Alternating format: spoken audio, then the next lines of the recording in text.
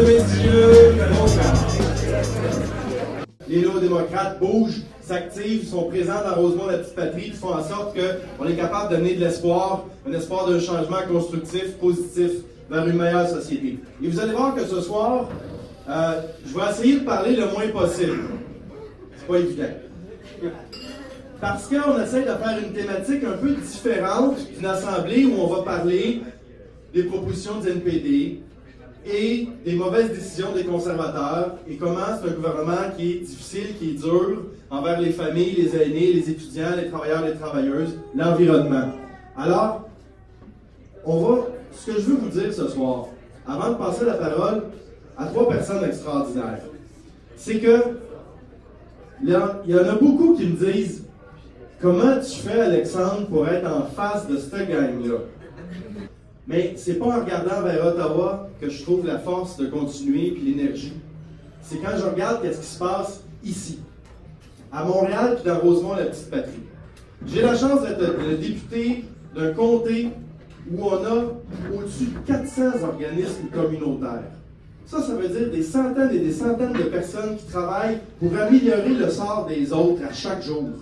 Des gens qui parlent des entreprises d'économie sociale, des gens qui parlent des entreprises avec des valeurs collectives, de respect de l'environnement, de conditions de travail décentes. Et c'est ça que je vais vous passer comme message avec les 3 personnes que je vais inviter à prendre la parole.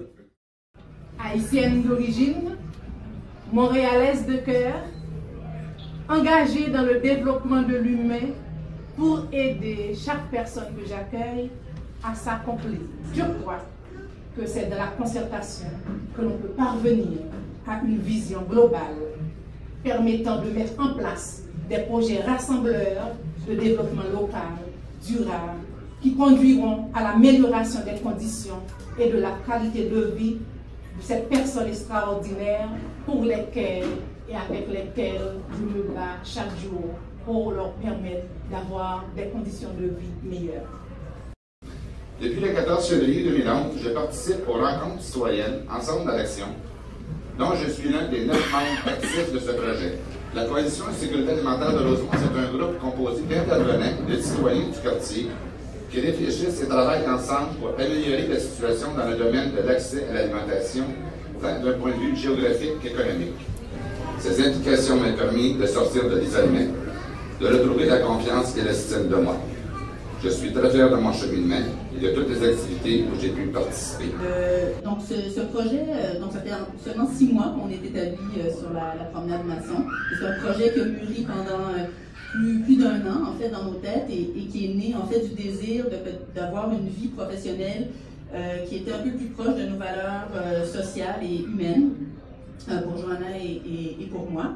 Et ça passe par engager des ressources locales, donc créer de l'emploi, ce qu'on a fait, on a une employée qui habite Rosemont, qui travaille maintenant avec nous, d'utiliser des fournisseurs locaux. La plupart du temps, on a plusieurs designers locaux de Rosemont qui font des produits pour nous que nous vendons en boutique. Et aussi de faire des partenariats avec des organismes communautaires du quartier. Donc on est en partenariat avec le phare, on a offert aussi un soutien au quartier familial entre gens, donc de vraiment pouvoir soutenir les organismes familiaux dans Rosemont.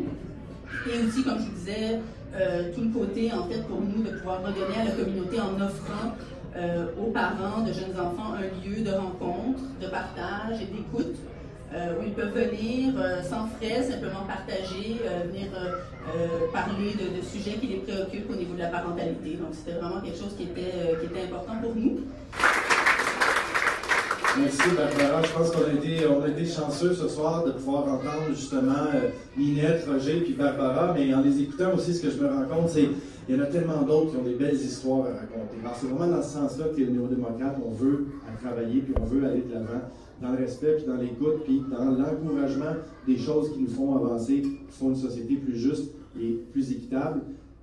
Il reste une dernière personne à parler, qui est le président de l'association. Vous avez entendu un petit peu tantôt qu'il a présenté le plan de la soirée, Louis-Raphaël Pelletier. Donc, là, on a entendu des gens très inspirants que nous, au NPD, on veut appuyer de tout notre cœur.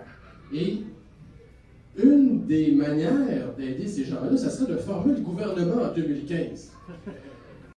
Je vais aussi vous expliquer la réalité de la situation En ce sens que nous, comme association, on a la lourde tâche d'essayer de ramasser beaucoup d'argent pour faire réélire Alexandre en 2015. Ça s'inscrit aussi tout ça dans un contexte où le gouvernement Harper, Alexandre dit qu'on n'en parlerait pas, je vous en parlerai pas longtemps, mais je vous rappelle qu'il a coupé le financement public des partis. Ça fait partie du portrait, ça aussi. Donc, il faut ramasser notre argent pour faire réélire Alexandre. On veut clore cette discussion-là en nous projetant aussi un petit peu dans l'avenir, dans les défis qui nous attendent pour les prochains mois, les prochaines années, en tant que progressistes, qu'écologistes et sociodémocrates. Merci beaucoup.